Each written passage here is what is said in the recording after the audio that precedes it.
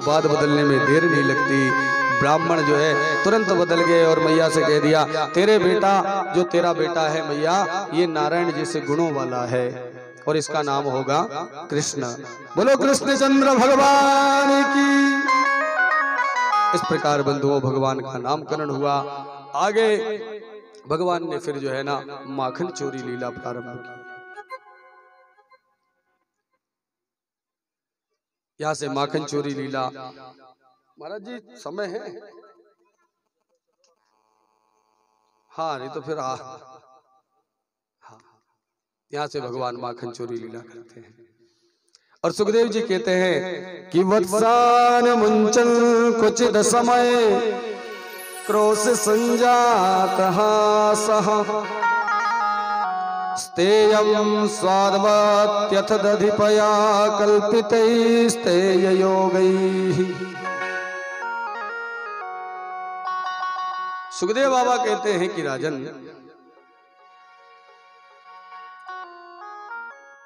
जितने भी ब्रज की गोपियां हैं सब भगवान को देखे बिना जो है उनका एक भी क्षण बीतता नहीं है। लेकिन कभी कभी क्या होता है, कोई गोपी जो है ना भगवान के घर आ नहीं पाती देखने के लिए, तो वो घर से बैठी बैठी ठाकुर जी से प्रार्थना करती थी कि हे ठाकुर, तेरा दर्शन आज नहीं हो पाया, मैं घर से तुम्हारे घर तक नहीं आ पाई, तुम्हें कुछ कृपा करो कि मेरे घर आ जाओ। तो भगवान से जब रोज प्रार्थना होती थी तो कन्हैया ने कहा ऐसे तो किसी के घर रोज रोज जाना ठीक नहीं है। तो एक दिन भगवान ने एक सुंदर मंडली तैयार की और वो मंडली का नाम रखा गया बाल गोपाल चोर विद्या प्रचार प्रसार मंडल, वृंदावन, जिला मथुरा, उत्तर प्रदेश। बाल गोपाल चोर विद्या प्रचार प्रसार मंडल, वृंदावन। और जिला कौन सा था? मदन भैया का ध्यान ही नहीं है कौन सा जिला था, नहीं पता। अच्छा, भाभी से बात करना में इतना खो जाए कि भगवान को भूल जाए, ऐसे नहीं होना चाहिए। अभी भगवान की तरफ नजर रखो, ऊपर देखा करो, आधा है भाई मत देखो अभी।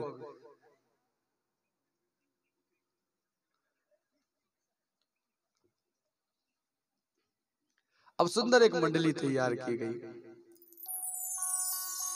लेकिन यह सुखदेव जी के शब्दों में कहे बंधुओं तो सुखदेव जी कहते हैं कि जितनी भी ब्रज की गोपिकाएं हैं सारी गोपियां आकर के रोज रोज मैया यशोदा के घर आकर के ताने मारा करती थी। सब इकट्ठी होती और आकर के मैया यशोदा को बुलाती, मैया देखती पूछती, बोले तुम सब काई क्यों चली आई, काई को चली आई? तो वो सब की सब उठा करके कहती, बोले एक बात बताओ, पहले तो ये बताओ तुम्हारा वो लाला कहाँ है? मैया ने कहा क्यों, मेरे लाला ने क्या कर दिया? तब फिर गोपियां जो है ना एक एक करके सब शिकायतें सुनाती। एक गोपी कहने लगी, भैया तुझे पता तेरा लाला क्या करता है? बोले क्या करता है? तो एक गोपी ने कहा, बोले एक दिन तेरा लाला मेरे घर गया। देखो भगवान की माखन चोरी, भगवान की शरारत।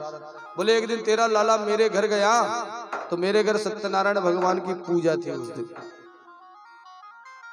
तो सत्यनारायण की पूजा में मैं प्रसाद बना रही थी, तेरा लाला गया और जाकर के कहने लगा, बोले अरे गोपी ये बड़ी अच्छी खुशबू आ रही है, क्या बन रहा है? तो गोपी ने कहा, बोले प्रसाद बन रहा है। बोले जरा थोड़ा सा चखा तो मैंने कह दिया, बोले नहीं लाला, अभी पूजा होगी सत्यनारायण भगवान की, उसके बाद प्रसाद जो है ना भोग लगा करके दिया जाएगा। एक काम कर, अभी तू घर चला जा, थोड़ी देर बाद जब पूजा हो जाएगी ना फिर आना, फिर प्रसाद मिलेगा। तो बोले तेरे लाला को मैंने इतने ही कहा था, तो वहां से क्या कह करके गए? बोले देख लूंगा। क्या बोला? देख लूंगा।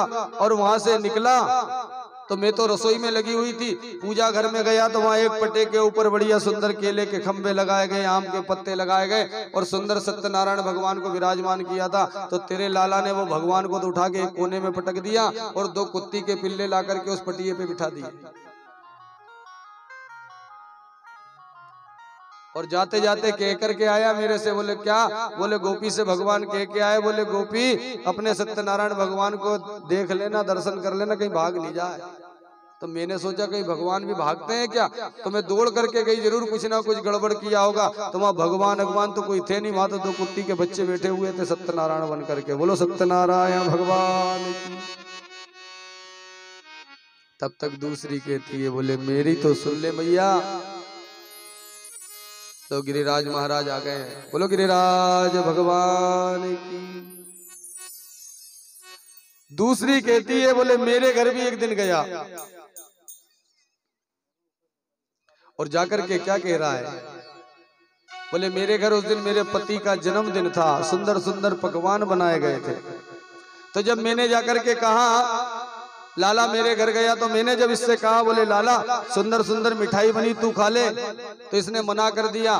और थोड़ी देर के बाद में आया तो फिर कहने लगा बोले गोपी मुझे तो माखन ही खाना है।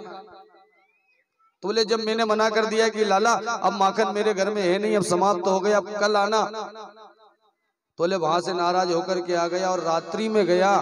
और रात्रि में जाकर के इस लाला ने क्या किया तेरे ने, बोले हमारे घर दिन भर मेहमान का आना जाना लग रहा था, इसलिए थक गए, तो मेरे पति भी सो गए और मैं भी सो गई। अब रात में 12 बजे बोले तेरा लाला गया तो मेरे सोते हुए पति की दाढ़ी में मेरी चोटी बांध करके आ गया।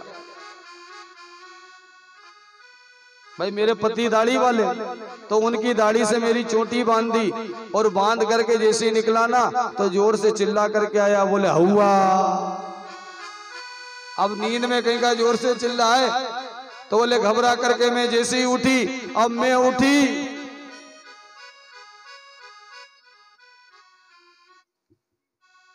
अब गोपी ने कहा मैं जैसे ही उठी कि हवा कहाँ से आ गया, हवा के देखने के लिए मैं उठी, तो मैं तो हवा देखने के लिए उठी लेकिन मेरी चोटी तो दाढ़ी से बंधी हुई थी। अब जो झटका लगा सो मेरे पति की दाढ़ी हाथ में आ गई। बोलो वृंदावन बिहारी लाल, एक ही झटके में।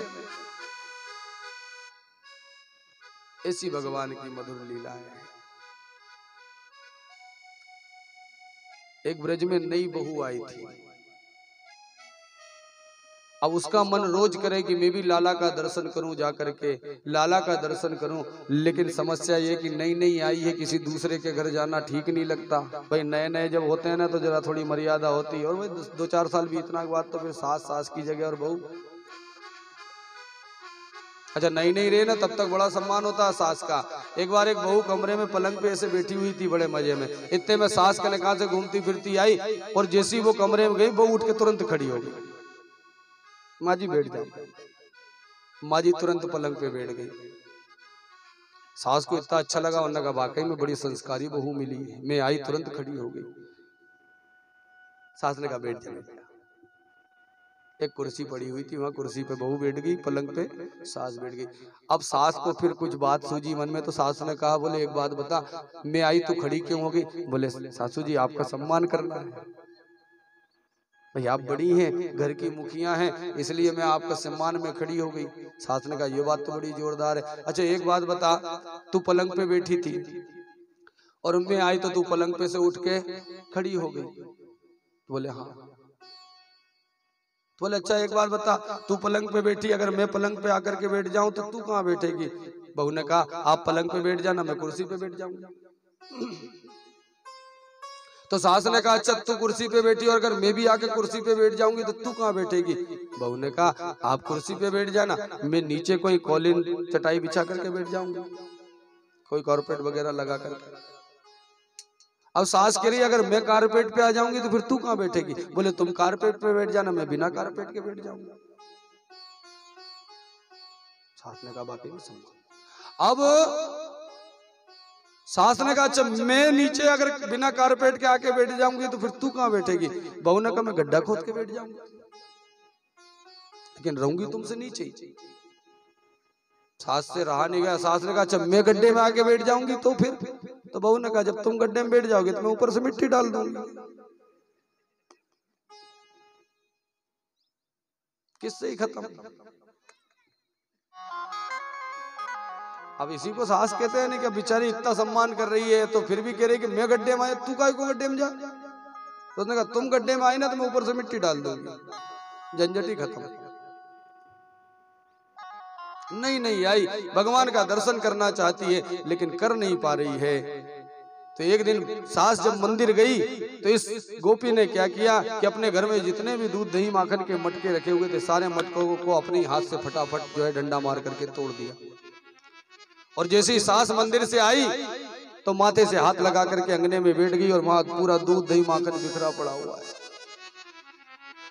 सास की तो थाली छूट गई पूजा की हाथ से। अरे तू यहाँ बैठी हुई माथे से हाथ लगा करके, और ये घर का दही माकर किसने, ये सब कैसे फैल गया, कौन आया था? बहू ने कहा क्या बताऊं सासू जी, गांव में एक ही तो आदमी खराब है, नंद का लाला, वो जहां भी जाता है वहां कुछ ना कुछ गड़बड़ करके ही आता है। बोले नंद लाला आया था? बोले हाँ, उसी ने तो ये मटके फोड़ करके गया, नहीं तो क्या मैं फोड़ूंगी अपने घर के मटके? सास ने कहा तू ठहर, एक काम कर, मैं अभी जाती हूँ यशोदा के पास। पहले भी कई बार समझाया है, लेकिन यशोदा ने अपने बालक को कंट्रोल नहीं किया। लेकिन आज तो जो है ना, मैं आज यशोदा को शिकायत करके आती हूँ। बड़ी क्रोध में चली। बहू ने सोचा कि ये तो उल्टा हो गया, मटके तो अपन ने जाने के लिए फोड़े थे, लेकिन सासू वहां जा रही है। सासू जैसी गुस्सा के लिए निकली ना क्रोध करके, तैसी बहू ने सासू जी के पांव पकड़ लिए। अरे मेरे पांव छोड़ क्यों पकड़ रखे?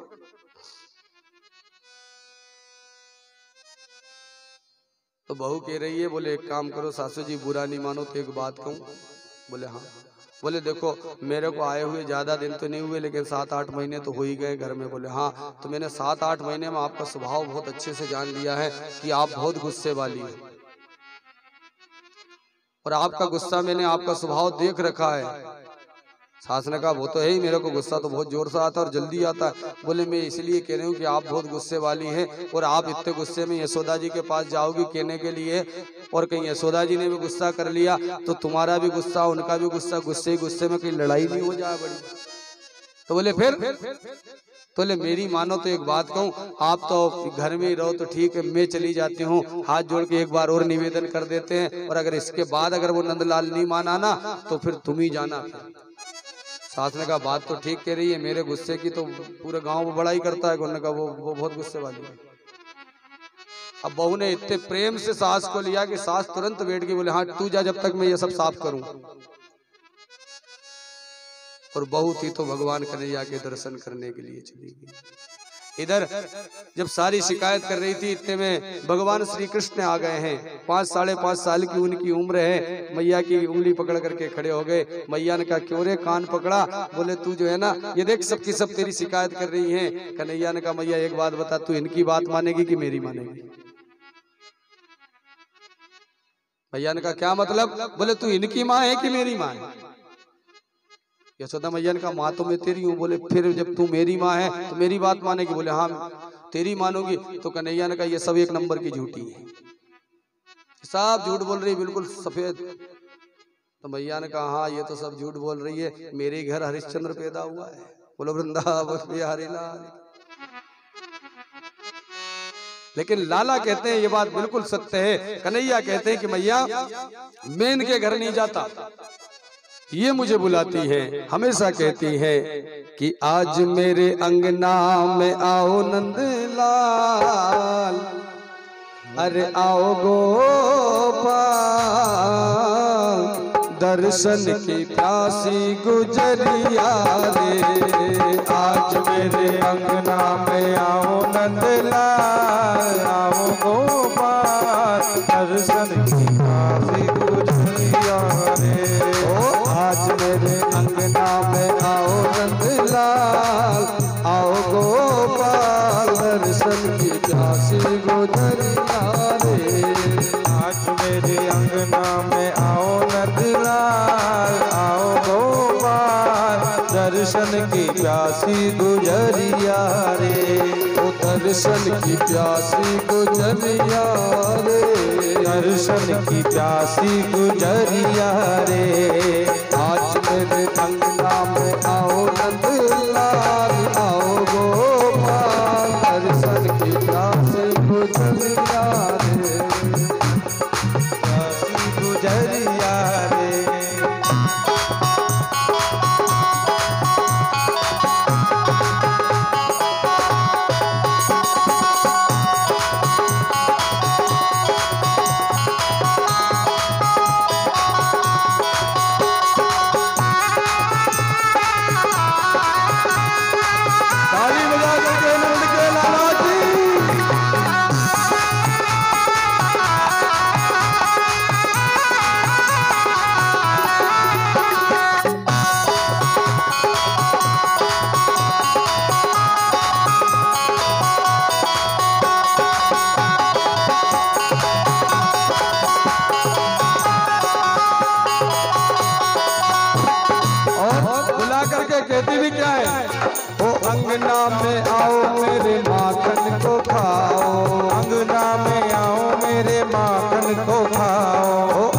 में आओ मेरे माखन को खाओ, अंगना में आओ मेरे माखन को खाओ, ओ माखन को खाओ मेरे माखन को खाओ, माखन को खाओ मेरे माखन को खाओ, ओ माखन को खाओ मेरे माखन को खाओ, माखन को खाओ मेरे माखन को खाओ।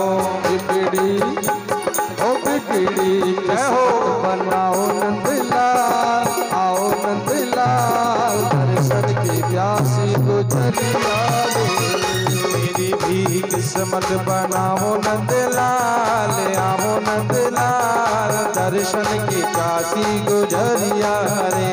ओ आज मेरे अंगना में आओ नंदलाल, आओ गोपाल दर्शन की प्यासी गुजरिया रे।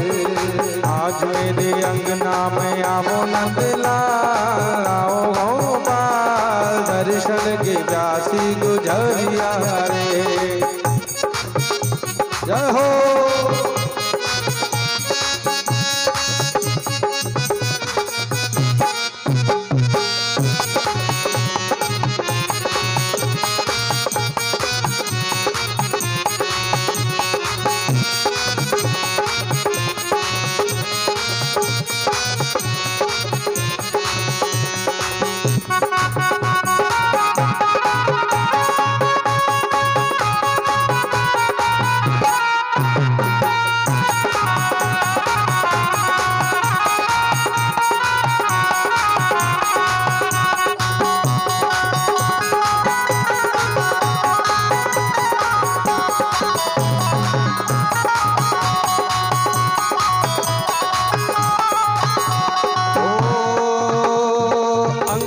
झगुलिया शीश पे लटुरिया, अंग पे झगुरिया शीश पे लटुरिया, अंग पे झगुलिया शीश पे लटुरिया, अंग पे झगुरिया शीश पे लटुरिया।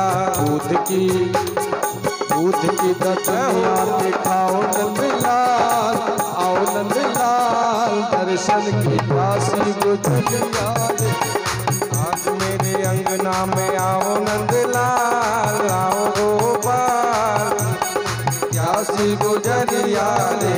ओ दर्शन की प्यासी तेरे नैनन की प्यासी, दर्शन की प्यासी तेरे नैनन की प्यासी, ओ दर्शन की प्यासी तेरे नैनन की प्यासी, दर्शन की प्यासी तेरे नैनन की प्यासी।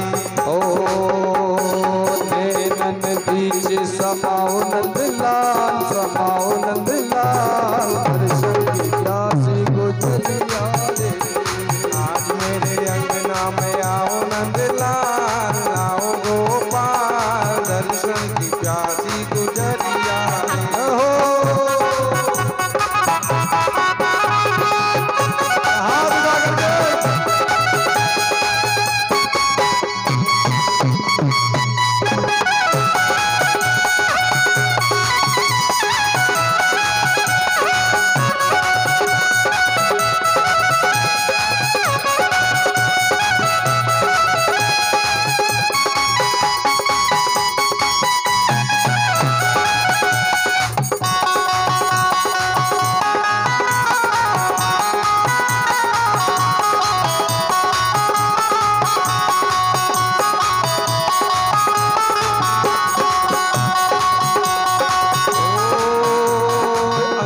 में आओ मेरे माखन को खाओ, अंगना में आओ मेरे माखन को खाओ, अंगना में आओ मेरे माखन को खाओ, अंगना में आओ मेरे माखन को खाओ, माखन को खाओ मेरे माखन को खाओ, माखन को खाओ मेरे माखन को खाओ। ओ बिगड़ी किस्मत बनाओ नंदलाल, बनाओ नंदलाल दर्शन की प्यासी गुजरिया की किस्मत बनाओ नंदलाल, आओ नंदलाल दर्शन की प्यासी गुजरिया रे। ओ बिगड़ी किस्मत बनाओ नंदलाल, बनाओ गोपाल दर्शन की प्यासी गुजरिया रे। आज मेरे अंगना में आओ नंदलाल,